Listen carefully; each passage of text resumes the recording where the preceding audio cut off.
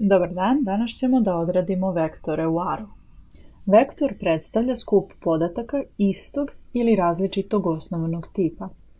Indeksi elemenata vektora kreću od jedinice, što je recimo razlika od jave, gde indeksiranje kreće od nule.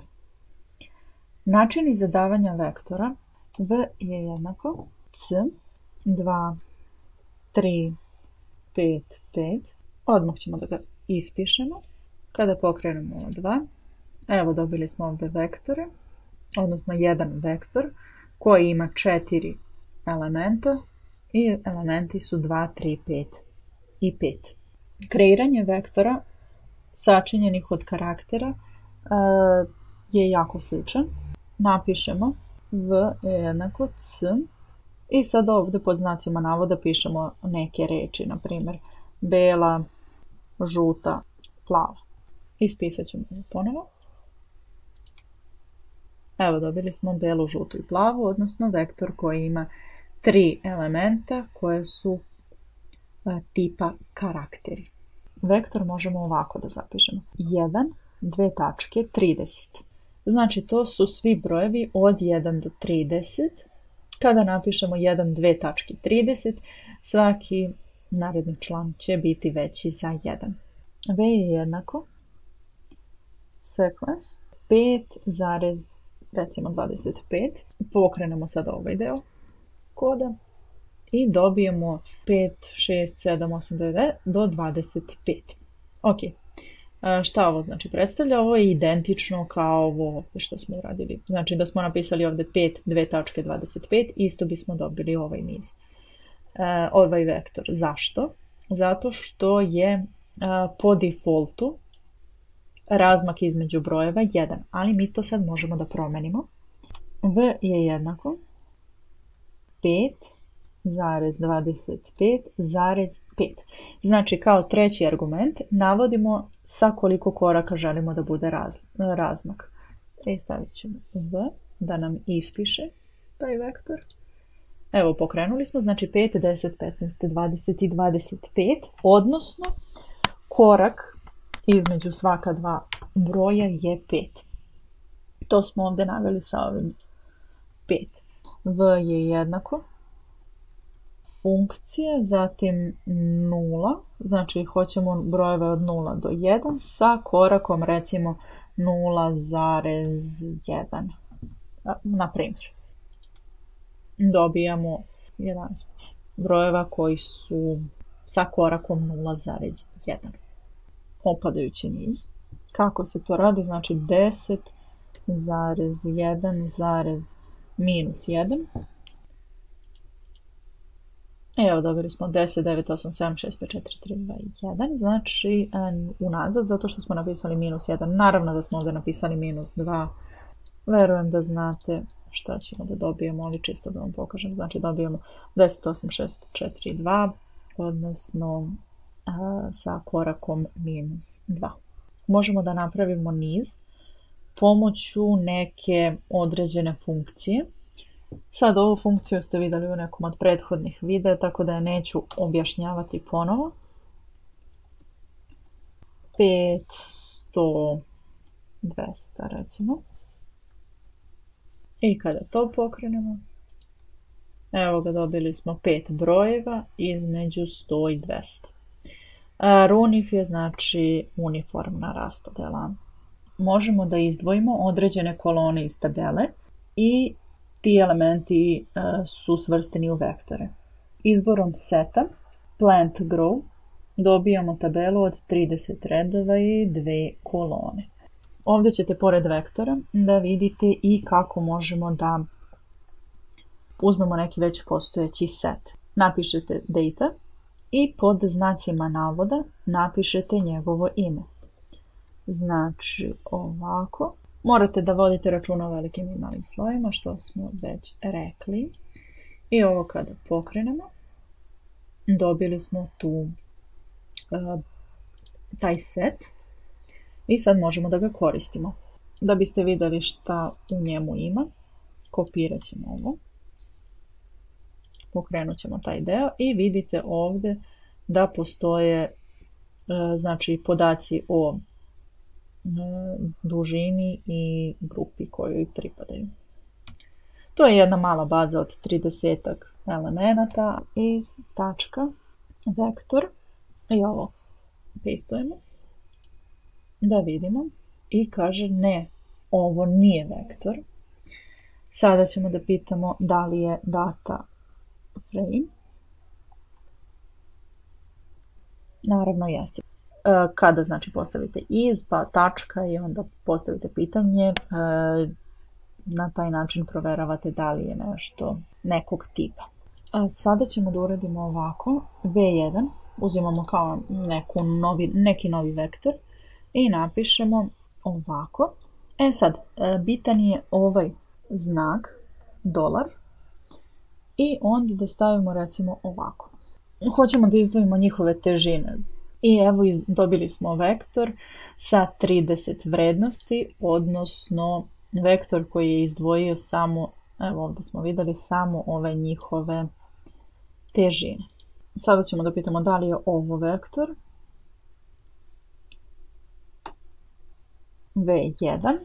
Naravno ovo jeste vektor. Na vektorima se kasnije mogu izvesti različite operacije ili funkcije. Sada da formiramo neki vektor.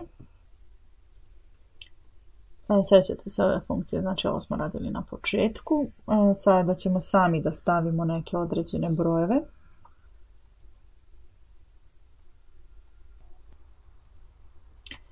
Sa funkcijom unique dobijamo samo brojeve koji se ne ponavljaju.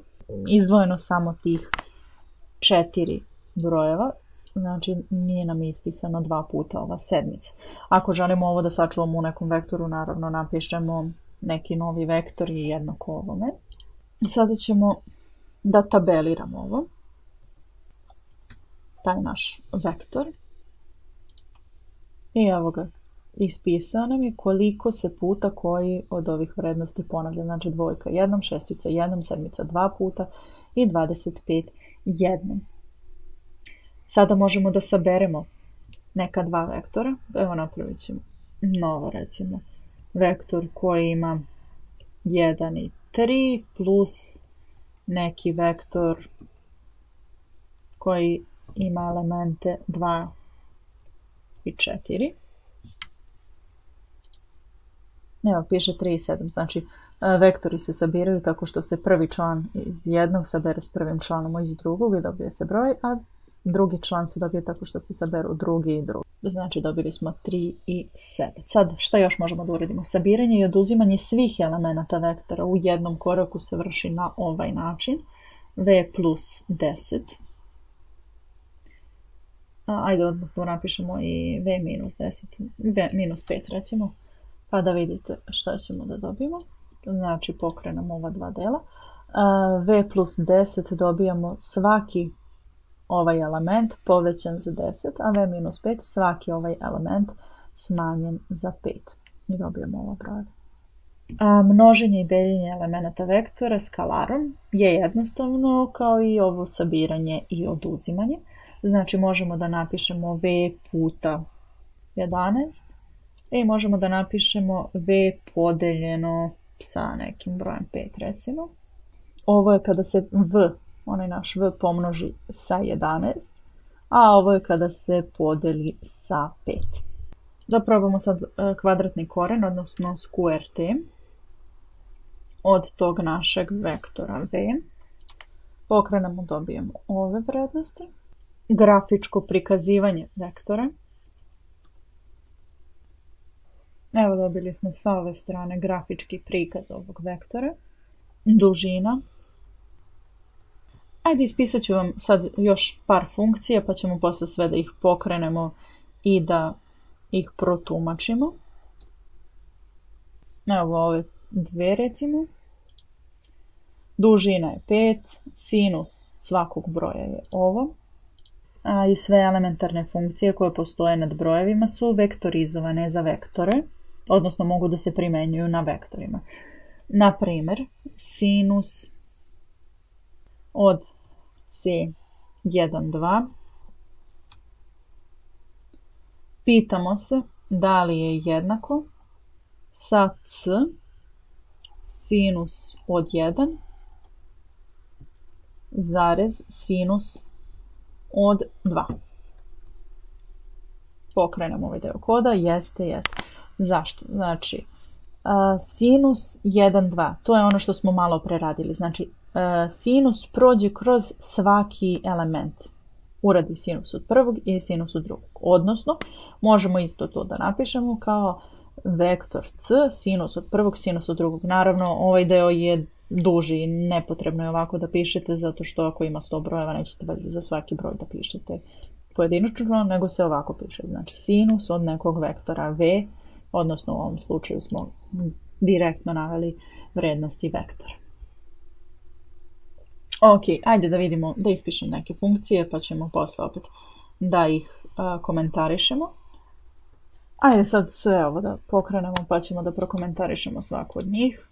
Znači, max, naravno maksimalna vrednost, min, minimalna vrednost, minimum i maksimum, koje su, znači minimum je 2, maksimum je 25, to je range, odnosno odakle dokle se ide vrednosti. Sort, sortiran vektor, promjena prvobitnog redoslijeda, da se krene od posljednjeg ka prvom broju. Po redosled kako ide, znači 1, 2, 3, 4, 5, odnosno ovo su više kao indeksi.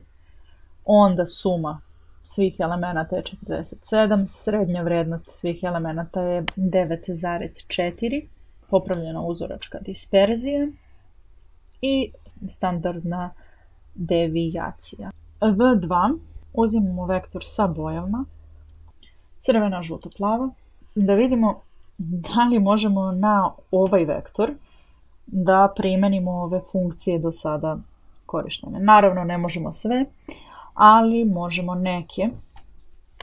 Pokrenemo ovo i vidimo da su sortirane. Znači, prvo piše crvena, plava, pa žuta.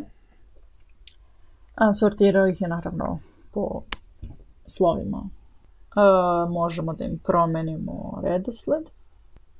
Evo ga, promenjen je redosled, odnosno plava, žuta, pa crvena. Možemo da proverimo koliki je broj karaktera svakove reči. Pokrenemo i vidimo, znači 6, 4, 5. To su neke od funkcija koje možemo da primenimo na vektore koji u sebi sadrže reči, odnosno neke karaktere ili stringove. Vektore iste dužine je moguće sabirati, oduzimati, množiti, deliti ili stepenovati. V3 ćemo sada da postavimo da bude V2, ne, nego V minus 2. Ovako. Evo ga. V3 je V minus 2, odnosno 0, 4, 5, 5, 23. Evo, pogledajte V kakav je, pogledajte ovaj, znači to su sve brojevi smanjeni za 2. Možemo da uradimo V plus V3. Ispisat ću sad ovdje opet. V3.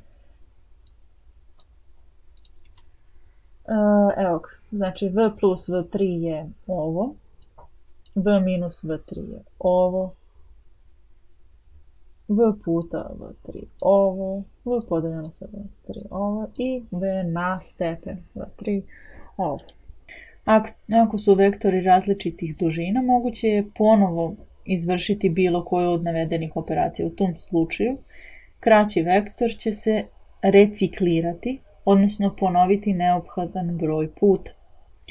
Ako količnik između elemenata dužeg i kraćeg vektora nije prirodan broj, pored rezultata bit će prikazano i upozorenje da to nije slučaj, međutim, rezultat će biti dobijen bez obzira na upozorenje. Kada napišemo V1 podeljeno sa V, evo dobili smo ovo. Ajde da probamo da ga podelimo sa V2. Da vidite sad šta će da bude. Evo ovdje na primjer ne možemo da ga podelimo sa V2 zato što V2 su boje, odnosno karakteri, a ovo je ok, to bi bilo.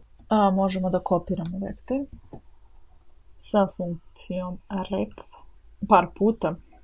ponovimo isti vektor recimo 5 puta, pokrenemo, dobili smo 5 povezanih tih istih vektora. Možemo da ponovimo na ovaj način. Znači prvo se piše svakako taj vektor, a onda možemo da menjamo ovdje šta nas zanima. Da vidite sada, evo ovako, dobili smo znači svaki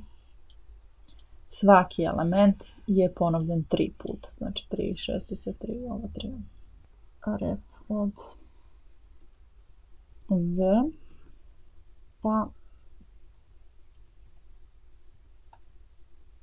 ovako, i dobili smo 2 i 6, odnosno kopirati prva dva elementa, samo znači 2 i 6.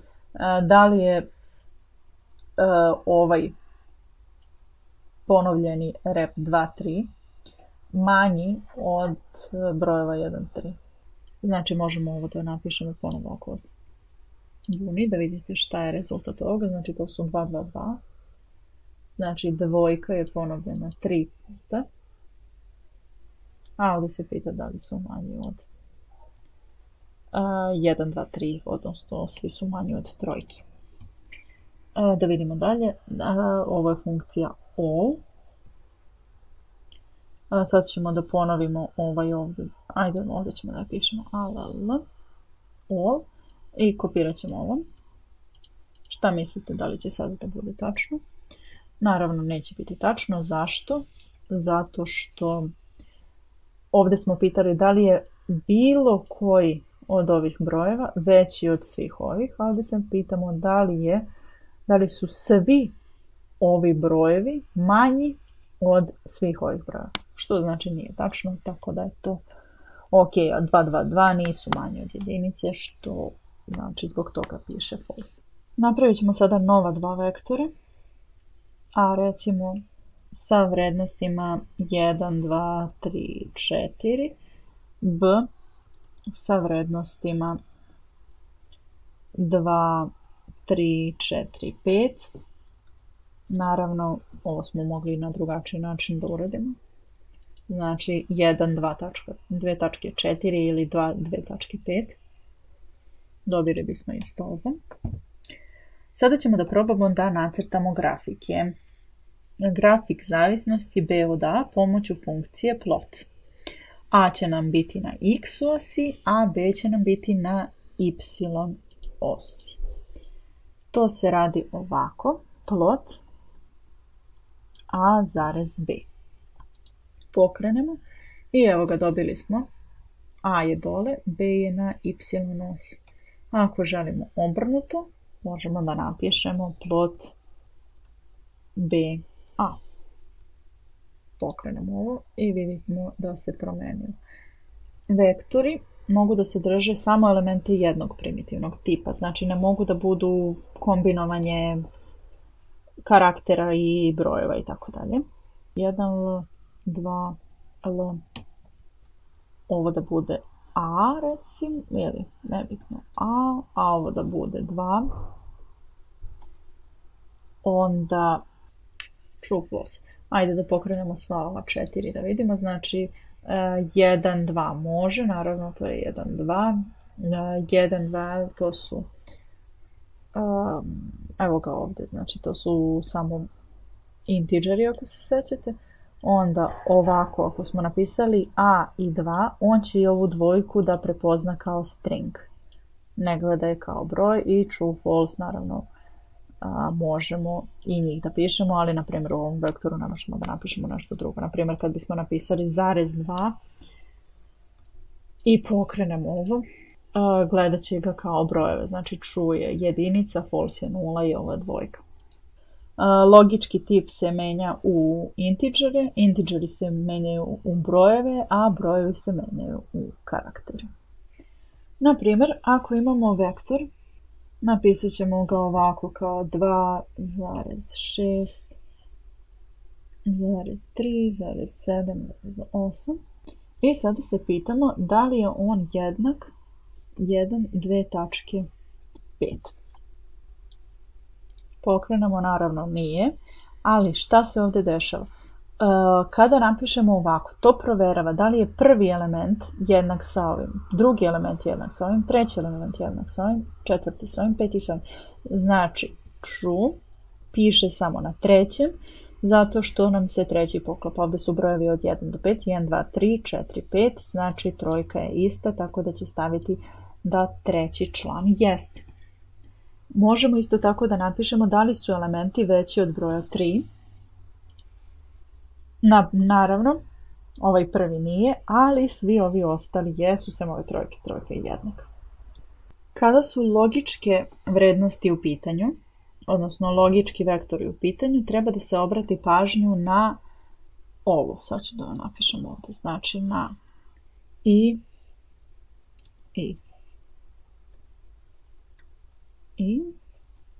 odnosno na ovo i na ovo, i na ili. Ovako neki vektor napravimo sa tim logičkim tipovima i b. Sada ćemo da isprobamo sve ove 4 pa ćemo da objasnimo. Znači a, kada imamo samo jedan znak, rade vektorski, element po element i vraćaju vektor. Pokrenemo ovaj deo. Kaže da a nije nađen. Sad ćemo da vidimo iz kog razloga. Aha, zato što ova dva nismo pokrenuli. Ok, prvo moramo da pokrenemo ovo. Ok, naravno. Sada pokrenemo ovaj. I sad piše false, false, true, false. Znači, pitamo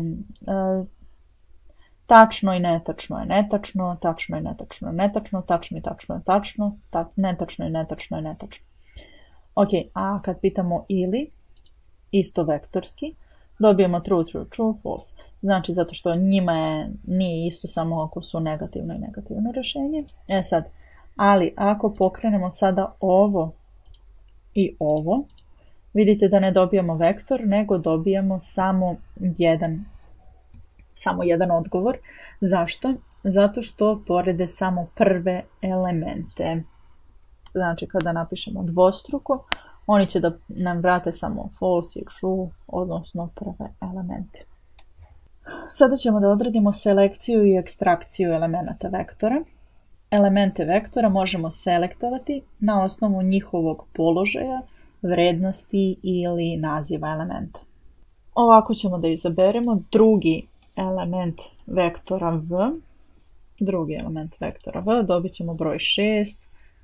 Ako nađemo evo ga vektor v, jeste broj 6. Onda kada bismo napisali ovako, minus 2, dobili bismo 2, 3, 7, 8. Zašto? Zato što je to izbor svih osim drugog elementa. Znači, kada napišemo ovako, dobijemo baš taj element. Kada napišemo minus pa indeks od njega, dobijemo sve ostale elemente sem tog elementa. Znači, vidite ovdje nema šestice. V broj 2 je jednako 27. U tom delu pisat će broj 27. Evo, šestica se promijenila sa 27. Možemo da dodamo novi element na kraj, znači znamo da ima 5 elemenata, ali na primjer ako bismo napisali kao šesti element 0 recimo, evo pogledajte ovdje, promenilo se, sad ima 6 elemenata i posljednji je 0. Možemo da izdvojimo i podvektor na ovaj način, 1, 2 tačke 3 recimo, odnosno dobit ćemo prva 3 člana tog niza. Treći član bude još jedna sedmica.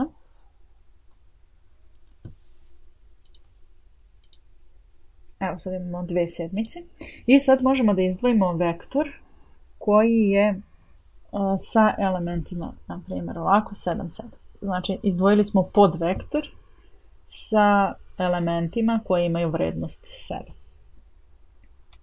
U našem slučaju ima ih 2, tako da će izdvojiti ta 2. Možemo da uzmemo ovako V1, da budu svi elementi veći od broja 6 recimo. Pokrenemo i dobili smo, znači, u V1, ne znam sad tačno gdje nam je V1, znači sve elemente koji su veći od 6. Faktor vektori. Faktori su promenljive u aru koje primaju ograničen broj različitih vrednosti, kategorijalnih promenljivih. Oni se sastoje od niza integera koje prate set promenljivih koje se sastoje od karaktera, a koje se prikazuju prilikom ispisa sadržaja vektora. Oni su bitan tip podataka u R-u, naročito kada se radi o kreiranju modela, jer obezbeđuju da model obradi kategorijalne promenljive na pravi način. Ranije kreirani vektor v2 se može pretvoriti u faktor vektor. Vektoru v2 dodajemo još neka dva elementa, recimo. To su te crvena, žuta, plava. Sada njemu želimo da dodamo još dve vrednosti, v3, recimo.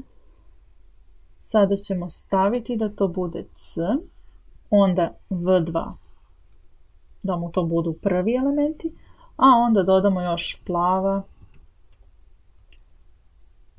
i još jednom plava, recimo. Kada pokrenemo, dobit ćemo znači v3, crvena, žuta, plava, plava, plava. Znači ima 5 elemenata sa tih 5 boja zapravo. Ajde da ga napišemo ovdje pa da vidite. Crvena, žuta, plava, plava, plava. Sada ćemo da prevedemo ovaj vektor u faktor. Znači v3 faktor, tako ćemo ga nazvati, i napisat ćemo as faktor v3. Sad ajmo to da pokrenemo, dobili smo ovdje tako. v3 faktor, da ga pokrenemo i da vidite šta to znači. Znači crvena, žuta, plava, plava, plava, levels crvena, plava, žuta. Znači, on je izdvojio da se tu nalazi 3 specijalna karaktera, to su crvena, plava i žuta. To su te neke kategorije. As.numeric v3 faktor. I kada pokrenemo, dobili smo 1, 3, 2, 2, 2. Plavu je stavio da bude ispred žute, zato što je uradio po slovima, ih je postavio, i onda je stavio koliko puta se koji ponavlja. Znači, prvi je jedinica, onda je trojka, pa dvojka, dvojka, dvojka. Tako nam se kreće. Ovo je bitno kada se radi neko računanje. Recimo, u tim statističkim proračunima jako je teško da radite i sada sa nekim rečima, nego je bitno da sve te riječi možete da pretvorite ovako u neke brojeve, da znate koji broj predstavlja koju riječ. Kada želimo da bude bitno kojim redosledom se koriste ove reči, kako se faktorizuju ove reči. Recimo kada pišemo 12 mjeseci u godini, želimo da stvarno januar bude broj 1, decembar da bude broj 12. Onda se na kraju samo napiše zarez, ovo napisat ću ovdje, čisto da vidite kako to može da se uradi.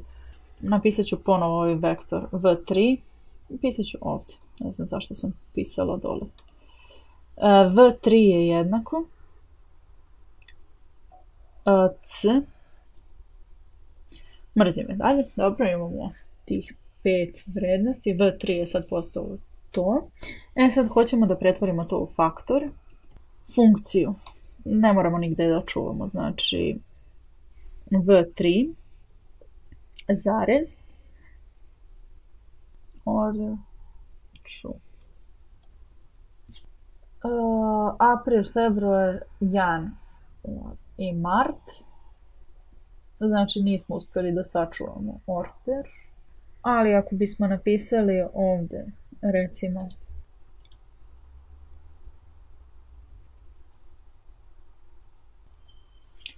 ovako i ovo sad pokrenemo, januar, februar, mart, april. Znači, da biste sačuvali redosled, morate da napišete ovako. Prvo da stavite nivoe i onda da stavite, da kažete da je bitan redosled. Znači, i onda će da bude januar, februar, mart, april. Možemo da napravimo i integer vektore. na ovaj način. V je jednako c, recimo, opet oni naši brojevi 2, 6, 7, 7. To nam je sad taj neki vektor v. I možemo da napišemo iz tačka integer. Da se pitamo da li je integer, kaže da nije integer. Ali mi možemo to da promenimo. Type of v, da vidimo kog je tipa. Dobijemo da je tipa double. Zašto je double? Zato što smo rekli da po defaultu R smatra da su sve te vrednosti double. Znači ovdje ćemo da stavimo velika slova L posle svakog ovog broja. Sada piše true i integer. Znači ovo sada jesu integeri. Znači ako napišete ovako, to jesu integeri. Integer je pod klasa grupe numeric, odnosno brojevi. Iz tačka da pitamo da li su to brojevi. Naravno jeste, znači jeste integer, ali zapravo sve to spada u grupu brojeva, tako da jeste i ovo tačno.